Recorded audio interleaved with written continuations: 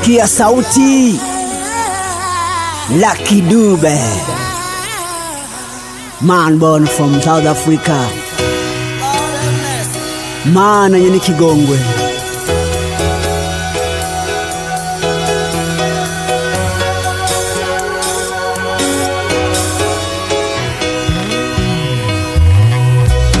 Alakubwira ati it's not easy, nivyoroshe. Mbega nibiki byashikira Kidube, mbega habaye iki? Tega ugutwi wumviriza indirimbo yise ntivyoroshe.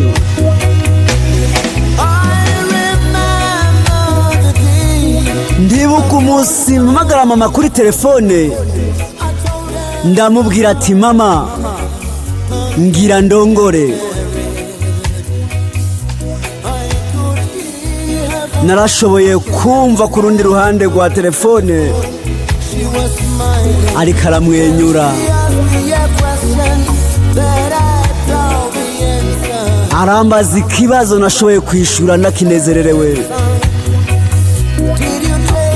Wafashe umwanya wo kumenya umukobwa ugira utore? Ndavuga ati mama, ati ni umukobwa mwiza cyane.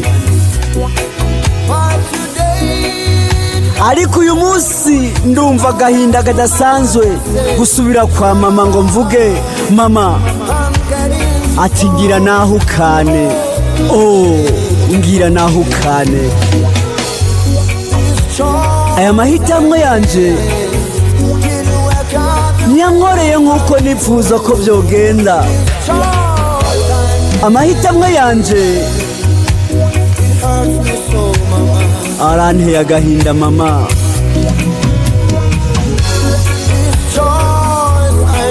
Aya mahitamwe yanje nakoze niyigeze mbera nkuko nipfuza ko byogenda.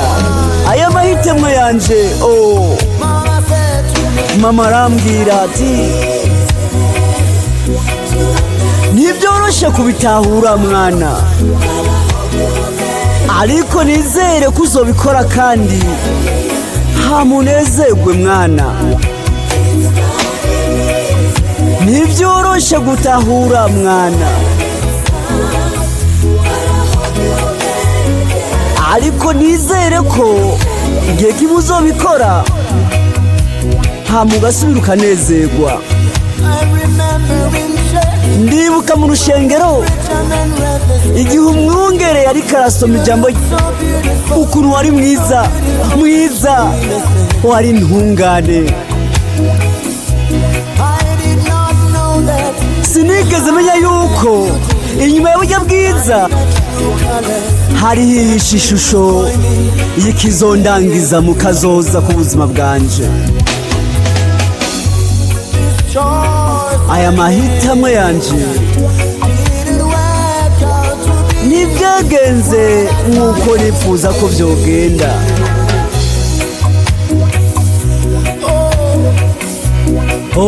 Mama,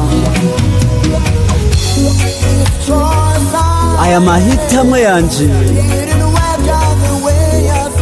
nyankoreye uko navyifuza, none numva agahinda kenshi cyane.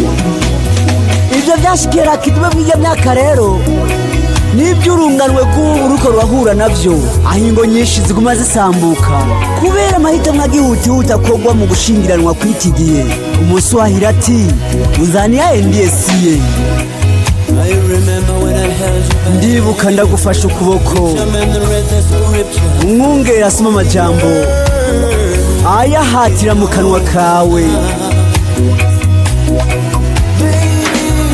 Wosanga ibyo umukozi w'Imana yavuga atari byo byari muri wewe. Ubu niho ntahuye ya mvugo ngo umugore mwiza n'igikinisho c'uwundi mugabo. Mana yanje, numva uburibwe budasanzwe. Aya mahitamwe nakoze nigeze nkorera uko navyifuza. Aya mahitamo nakoze mama arambwira ati mwana wanje nivyoroshe gutahura,